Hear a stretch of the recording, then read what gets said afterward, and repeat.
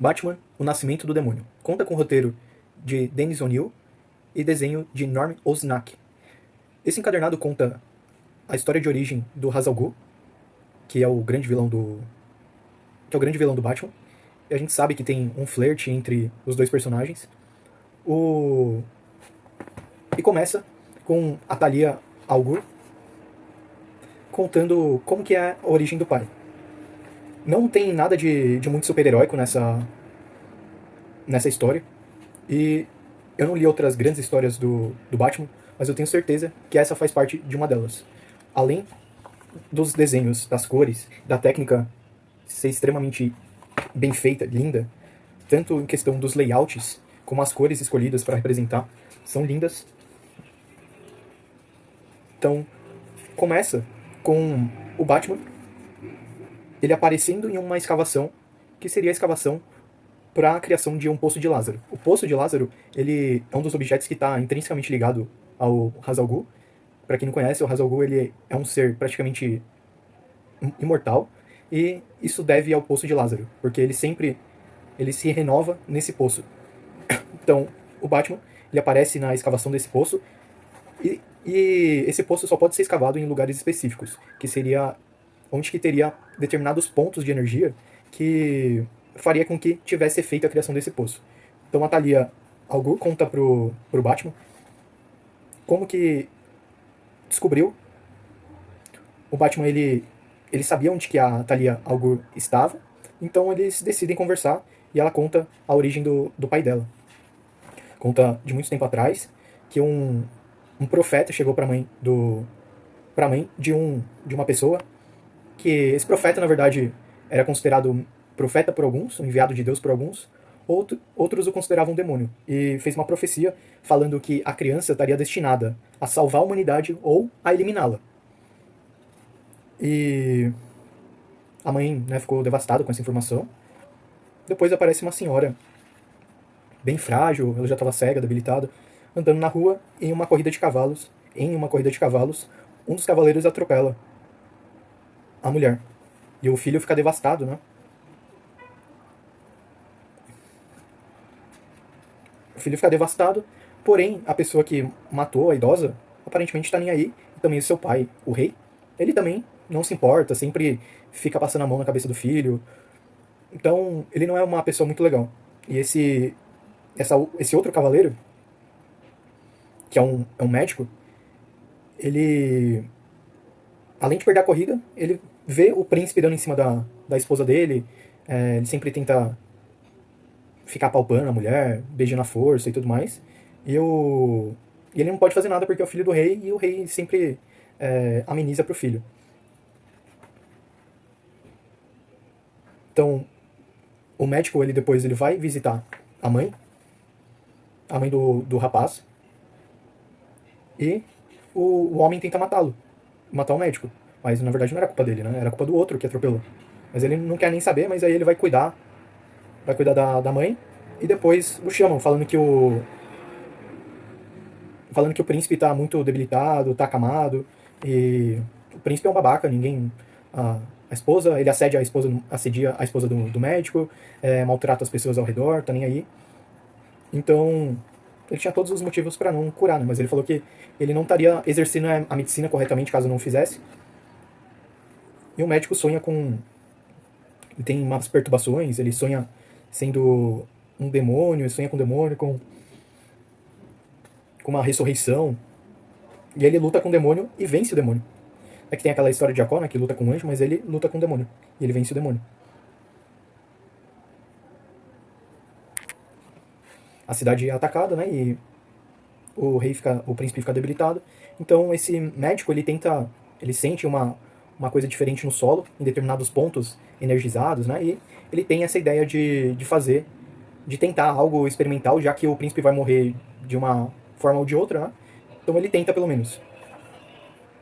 O rei o leva até o demônio, falando que esse era que eles na verdade não adoravam um deus, eles adoravam um demônio, que é o Bizu.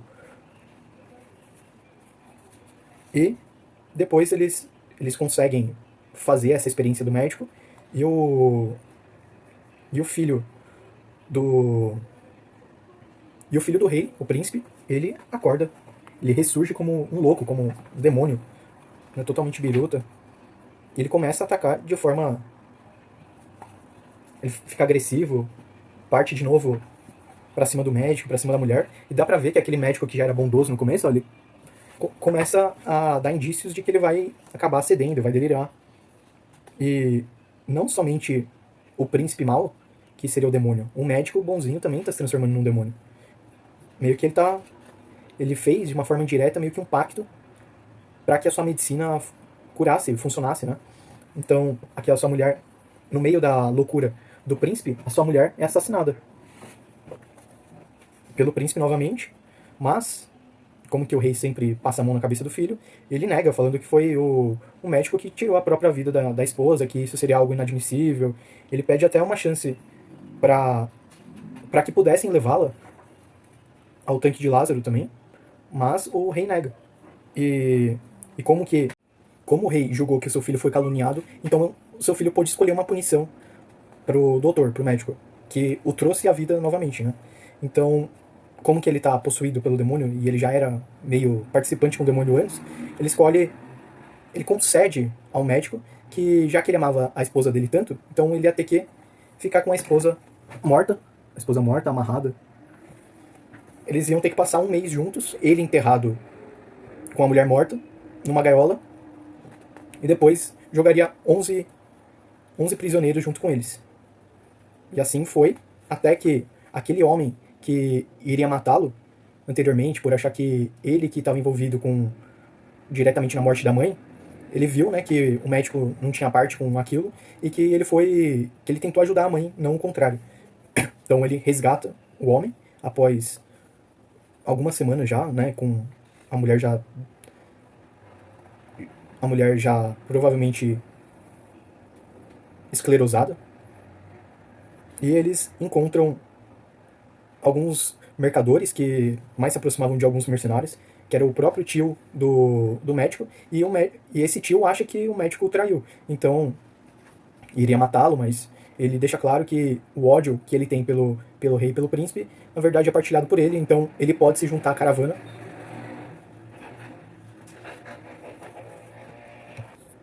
E ele dá as instruções e arma uma emboscada junto com o tio pro rei e pro príncipe. O príncipe, novamente, ele tá fraco, então o rei pede para que os soldados traga o médico novamente para cuidar do filho.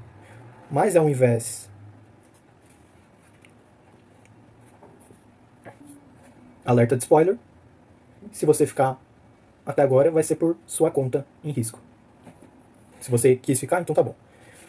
O médico, ele manda cavar um poço de Lázaro, porém em um lugar que não foi energizado, fazendo com que só fique os restos mortais do príncipe, porque esse poço de Lázaro é feito com veneno, com várias coisas que seriam tóxicas, mas como que tem essa força que energiza essas substâncias, faz com que a pessoa volte à vida, mas não era o caso, então ele acabou morrendo, e assim ele teve sua vingança. E após isso, ele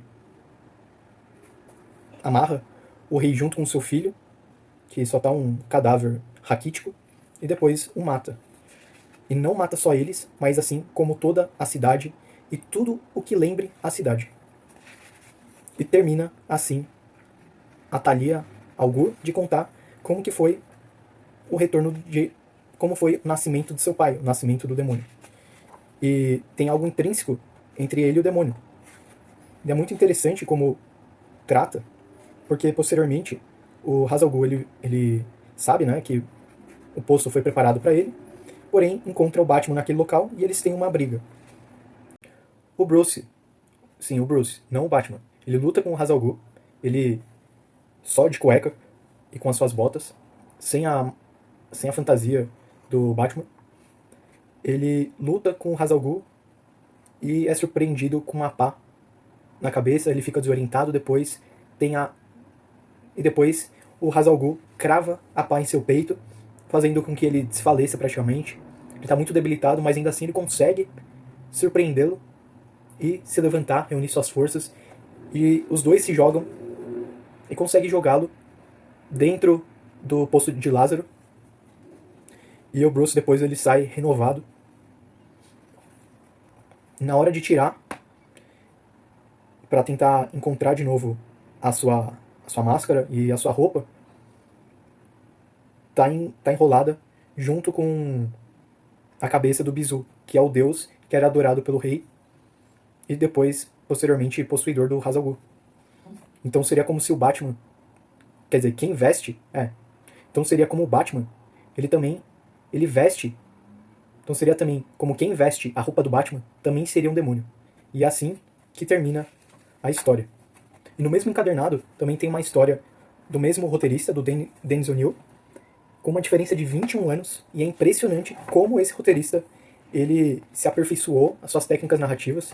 Antes eram cheias de balões, que muitas vezes não queriam dizer nada, e fazer com que se tornasse um texto extremamente cansativo, raso, e as histórias elas eram pouco desenvolvidas, muitas vezes explícitas, e com o passar do tempo fez com que ganhasse mais camadas, uma história muito mais fluida, com um ritmo muito mais agradável e trabalhando melhor os personagens. Eu recomendo muito, quem puder adquirir, adquira. Vou estar deixando os links abaixo para você adquirir esses e outros encadernados, outros produtos em geral, através dos meus links. Um abraço, então imagine.